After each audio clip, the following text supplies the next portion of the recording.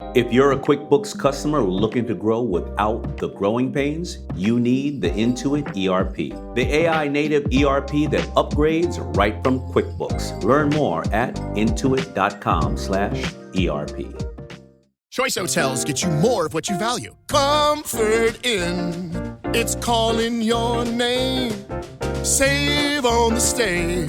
Oh, and free waffles are yours to claim. Book direct at choicehotels.com. What if all cockroaches came together? That sounds like the tagline for a really weird dystopian sci-fi movie. Right, or, like a bizarre late-night hypothetical you just stumble across on social media. Yeah. But instead of being just a punchline, that single satirical question became a rallying cry that just forced a powerful union minister out of office. Yeah, it's pretty incredible. So we're looking at a stack of headlines from today, July 26, 2026, and our mission for this deep dive is to synthesize what is actually happening in India right now. We aren't just going to list off disparate events. We're going to, look under the hood and connect the dots. Exactly. And when you look closely at these sources, stretching from domestic political upheavals to high-stakes global trade negotiations, all the way down to a pretty brutal reckoning on the cricket pitch, a singular, undeniable theme emerges. Accountability. Yes, it's all about accountability. Specifically, it's about a new generation and a rapidly evolving nation just absolutely refusing to accept institutional failure anymore. Yeah, and whether you are a student staring down your future, or a professional navigating the economy, or just someone trying to understand the trajectory of the country, today's stories reveal an India in the midst of a massive structural earthquake. They really do. And to understand the scale of this shift, we have to start at the epicenter, which is Delhi's Jantar Mantar. For 36 days, the nation has been practically paralyzed by a youth protest led by a group calling itself the Cockroach Janta Party, or CJP. Which is such a wild name. It really is. And this weekend, that immense pressure culminated in the resignation of Education Minister Dharmendra Pradhan. Right. And to really grasp how a youth movement brought down a cabinet minister, we kind of have to look at the mechanics of the catalyst, because this was not some spontaneous teenage rebellion. No, not at all. This was a highly organized, frankly desperate response to the collapse of the NEET examination system. For anyone who might not be in the thick of the academic world right now, NEET is the absolute bottleneck medical entrance exam in India. It's a total pressure cooker. Oh, absolutely. Millions of students vying for just a tiny fraction of medical seats. So when the papers for this exam leaked, followed by these abrupt cancellations, it wasn't just an administrative glitch. It shattered the core promise of meritocracy. Yeah. Tragically, we saw a horrific wave of student suicides linked directly to this collapse. These young people basically felt their entire futures were being casually gambled away by an incompetent system. And the response to that trauma brings us back to that strange name, the Cockroach Janta Party. Yeah. Because the origins of this are just staggering. Yeah. The Chief Justice made a controversial public remark, essentially likening young, agitating people to cockroaches and parasites. Which is incredibly harsh. Historically, an insult from that level of the judiciary would completely silence a movement. Instead, a 25-year-old organizer named Abhijit Dipke took to social media, flipped the insult on its head, and just asked, what if all cockroaches came together? And that psychological pivot, that is the defining mechanism of modern Gen Z political organizing. Right. By claiming the insult, they completely disarmed the establishment's attempt to belittle them. Satire is practically native to internet culture, and it acted as a massive accelerant here. Tens of thousands of students mobilized across major cities. Bengaluru, Jaipur, Lucknow, Mumbai, Patna. Exactly. And they sustained this momentum despite severe pushback. We are talking about enduring targeted internet blackouts, tear gas, and police batons during their marches toward Parliament. It's intense. You read the quotes from the ground in these sources, and the clarity of their purpose is chilling. A 19-year-old named Lavanya Party explicitly stated they were there to shatter the stereotype of the lazy, apathetic youth. Yeah. You have Mehdi Hassan, a 25-year-old who traveled over 1,100 kilometers just to sit in the dirt at Jantar Mantar. Their core message was simple, but revolutionary government power is not absolute, and incompetence will not go unchecked. And the establishment finally recognized the gravity of that message. The center, actually represented by Union Ministers J.P. Nadda and Jitendra Singh, stepped in and capitulated to the CJP's major demands. So let's break down exactly what they conceded, because it essentially dismantles the government's entire defensive posture. Oh, totally. The concessions were sweeping. First, the government agreed to quash the FIRs against the protesters. That's huge. It is. For context, an FIR is a first information report. It's the initial police complaint that can tie a young person up in the criminal justice system for years and ruin their job prospects. Wiping those clean is a massive legal victory. Quiet. Second, they committed to providing financial compensation for the families of the suicide victims, which acts as an official acknowledgement of systemic fault. Third, they force a public apology from the police for the violent crackdowns. Wow. And finally, they promised to sympathetically consider a comprehensive 5-point charter on exam reform. Which leaves the education minister's position completely untenable. So, Dharmendra Pradhan resigns. Prahlad Joshi is handed the education ministry portfolio on top of his existing duties, promising to basically stabilize the ship. Right. Meanwhile, Abhijit Dipke releases a video this morning. He's sitting there with typhoid and a high fever, looking completely exhausted, but he calmly tells his followers that this victory is just the beginning. Which is quite the statement. It is. Of course, in a hyper-partisan environment, a resignation of this magnitude immediately becomes a battleground for political framing. Naturally. And the scrambling to control the narrative is fascinating because it really exposes how legacy political structures struggle to process decentralized movements. Yeah. Looking at this impartially through the lens of the ruling party, Union Home Minister Amit Shah framed Pradhan's exit as a noble sacrifice. He stated that the nation and its youth are paramount, portraying the government as highly responsive to student sentiments while continuing to defend Pradhan's broader work on the national education policy. Right. It's a classic damage control pivot frame the resignation as a principled act of listening rather than a forced retreat. But then you have senior BJP leader Kailash Vijay offering a vastly different, far more defensive explanation. He claims Pradhan offered to resign on day one, but was held back by the party. Exactly. And then Vijay alleges that this entire protest was essentially a smokescreen manipulated by foreign forces attempting to destabilize India, drawing direct comparisons to the recent unrest in Bangladesh and Sri Lanka. Which is an incredibly heavy accusation to level against domestic students. It is. Conversely, the opposition is seizing on this as proof of deep institutional rot. This episode is brought to you by Starbucks. That is fire. Whoa, that's good. This might be the drink of the summer. Okay, I like this one too. I'm rocking with it. Okay. Try it for yourself. Starbucks Refreshers Concentrates are coming home. Find them in the coffee aisle and make it yours. Congress leader Rahul Gandhi categorized this as a monumental student victory, but is demanding a direct apology from Prime Minister Modi. Yeah, he escalated the rhetoric significantly. He did, claiming that the RSS, the powerful right-wing Hindu nationalist volunteer organization that serves as the ideological parent of the ruling party, has acted as a termite in the education system, eroding its foundations from the inside out. And that sentiment is rippling across the entire opposition coalition. Leaders like Mallikarjun Kharge, Akhilesh Yadav, and Arvind Kejriwal are all framing this as a historic win for democratic resistance, doubling down on demands for strict accountability regarding the police brutality. Yeah. But I have to push back on Vijay foreign forces theory.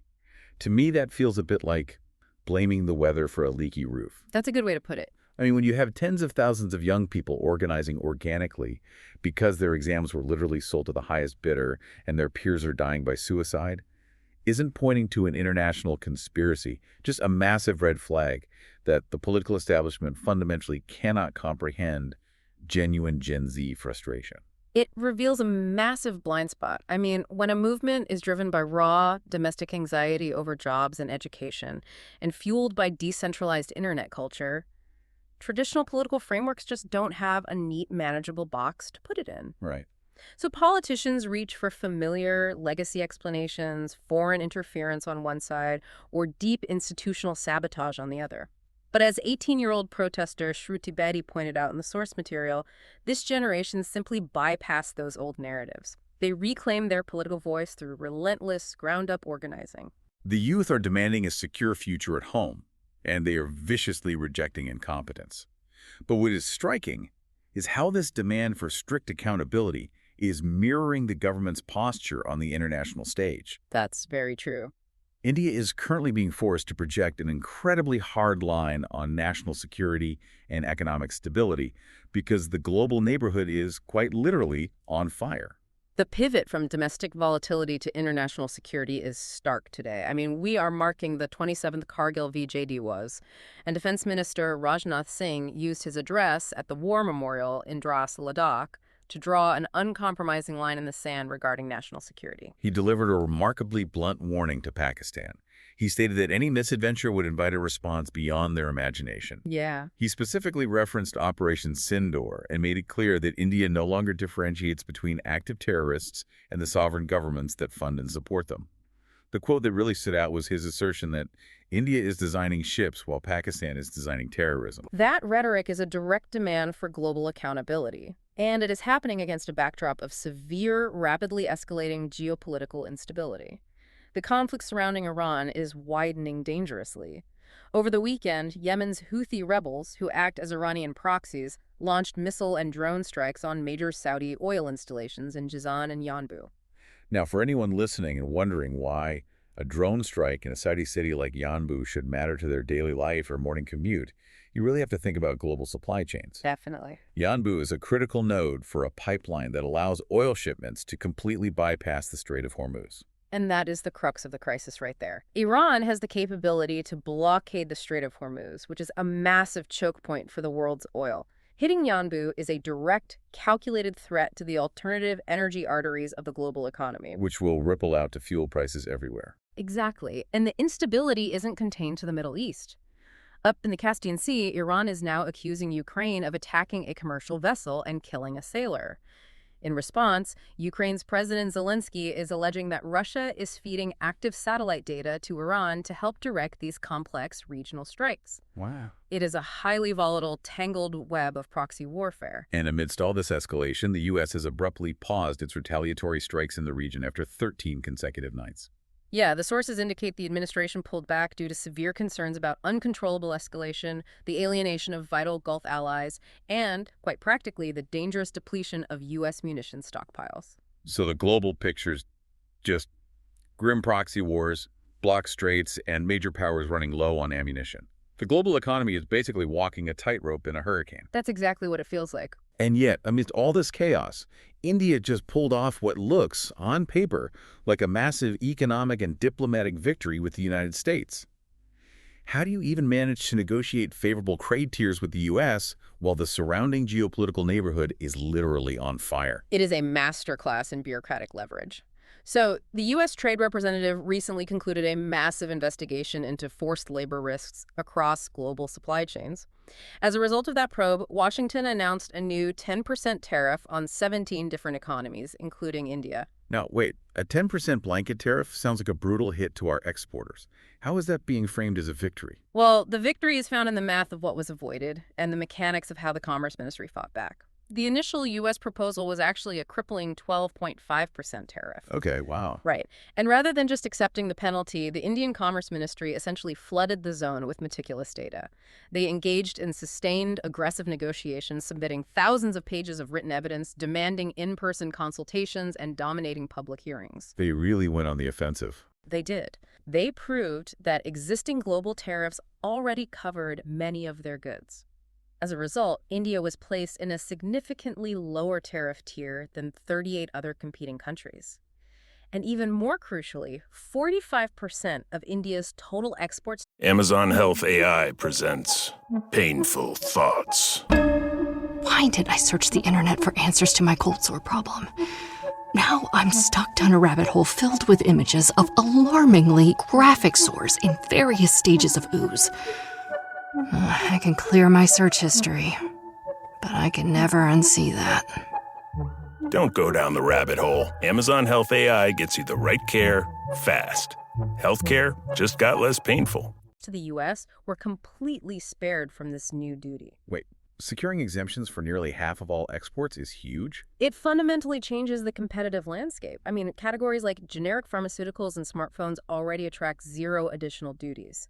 And heavy goods like steel and auto parts were successfully exempted because India proved they fall under pre-existing frameworks. Right. But the most strategic win involved cotton. The U.S. introduced a specific, complex mechanism designed to force foreign manufacturers to use American cotton, which heavily penalized countries like Bangladesh and Indonesia. The Indian delegation managed to maneuver entirely out of that mechanism. So while competing nations like Bangladesh are getting tangled up in expensive American cotton mandates, Indian exporters keep their supply chains intact and gain a massive pricing advantage. Exactly. It's that overarching theme again, refusing to accept a bad hand, demanding a fair hearing, and basically forcing the system to work in your favor. Yeah, and this absolute intolerance for institutional failure and legacy thinking isn't just reshaping how India negotiates international trade or runs its domestic exams. It is ripping right through the cultural heartbeat of the country. You're talking about cricket. I am. We are seeing the exact same demand for ruthless accountability playing out in Indian cricket. For anyone following the Indian men's team lately, roller coaster doesn't even begin to cover the whiplash. Not at all. Just months after the dizzying high of the March World Cup, the team suffered a catastrophic collapse during their white ball tour of the UK. And the BCCI, the Board of Control for Cricket in India, they are not letting this slide with a polite press release. They are convening a massive sweeping review this August. Yeah, the term debacle used in the sports pages is entirely justified here. The established systems failed spectacularly. We're talking about a historic first ever T20 international defeat to Ireland. Which is just unheard of. And they followed that up by losing 4 out of 5 T20Is to England, and then dropped the one-day international series 1-2. It was a comprehensive breakdown of strategy, execution, and mindset. And the fallout is immediate. Head coach Gautam Gambhir's carefully selected support staff is under intense public scrutiny right now. Assistant coach Ryan Tendoshate has already requested to be relieved of his duties. Yeah. And the fielding coach, T. Dillip, is reportedly on very thin ice because the ground fielding and catching in the UK were, frankly, amateurish at times. They really were. And the BCCI is also currently dealing with the complexities of selecting the upcoming Sri Lanka test squad. Yeah. You know, trying to figure out if premier fast bowler Jasprit Bumrah will return, assessing Mohammad Siraj's workload, and dealing with the untimely quadriceps injury to promising all-rounder Nitish Kumar Reddy. The whole system is just in flux. But what makes this moment in Indian cricket so compelling is the stark contrast happening concurrently. Right. While the established veteran UK tour squad crumbled under pressure, relying on rigid, outdated playbooks, a highly experimental, incredibly young squad absolutely dominated their series in Zimbabwe under the captaincy of Shreyas Iyer. They didn't just win, they dismantled the opposition. Yeah. We are talking about a crushing 90-run victory in the second T20I in Harare to seal the series. And the mechanics of how they played felt completely different. It was electric and fearless. You had Ishan Kishan smashing 81 off just 31 balls. Right. Tilak Varma hit a 50 off 23 balls, showing an incredible modern adaptability playing reverse sweeps, scoops, just totally disorienting the Zimbabwean bowling attack. But the defining moment of that series, however, wasn't the batting. It was how they handled a sudden crisis. Early in the match, fast bowler Prince Yadav hobbled off the field with a severe hamstring injury. Right. A legacy team might have panicked or fallen back into a defensive shell. Instead, this young squad scrambled seamlessly. They ended up using 7 different bowlers to cover the overs. Abhishek Sharma, primarily known for his batting, stepped up under immense pressure and took 3 wickets for just 17 runs. That's incredible. It was a masterclass in the exact kind of real-time adaptability that the veteran squad in the UK completely lacked. It's impossible to ignore the parallels here. Just like the Gen Z protesters taking charge of their educational future, are we seeing young cricketers like Kishan, Varma, and Sharma basically being forced to mature early because the established systems like the UK tour squad failed? It's a very sharp analogy. I mean, in both scenarios, the old guard, whether that's veteran politicians managing national exams with analog mindsets, or veteran coaches managing a UK tour with outdated tactics, they relied on legacy systems that shattered when subjected to modern pressure. Yeah. And in the vacuum left by those spectacular failures, a younger, hungrier, and far more adaptable generation stepped in, refused to make excuses, and delivered concrete results. The era of This episode is brought to you by Adobe Firefly, the all-in-one creative studio with AI-powered image and video generation. Built for today's creative process, Firefly helps you generate, edit, and experiment fast. Because the asks aren't getting smaller, and the timelines? Woo, yeah, still tight. With all the best creative AI models in one place, Firefly brings your ideas to life. Learn more at adobe.com/firefly. Accepting a paper leak as just the way the system works. Yeah. Or shrugging off a historic loss to Ireland as a bad day at the office is definitively over. Totally. The public tolerance for systemic failure has completely evaporated. Which brings us back to the core narrative of today. We are witnessing a nation aggressively recalibrating its standards. Whether you are managing the country's higher education, designing its geopolitical strategy against terrorism, negotiating billions in global trade, or selecting its national cricket team, the baseline expectation has fundamentally shifted. Passive acceptance has been replaced by an active, often unforgiving demand for competence and results. Exactly. And that leaves us with a truly profound question to chew on, especially when we look back at the young faces of the cockroach protests. Gen Z just woke up to their massive collective organizing power. They proved that viral internet culture, when combined with relentless physical, boots-on-the-ground activism, can defeat entrenched, well-funded political machinery. The implications for the future of Indian democracy are staggering. The old political playbooks, which rely heavily on traditional caste equations, historical loyalties, and legacy vote banks, they were written for a completely different era and a much more compliant type of voter. Exactly. The question you have to ask yourself as we wrap up today is this. Will the legacy political parties recognize this generational earthquake and completely rewrite their campaign strategies before the next general election? Because if they just try to apply the old rules to this new demographic, they might quickly find out what happens when millions of highly organized, deeply frustrated cockroaches decide to assemble at the ballot box. That is definitely something to keep an eye on. Thank you for joining us on this deep dive. Keep questioning the systems around you, keep looking for the how and the why behind the headlines, and we will catch you next time.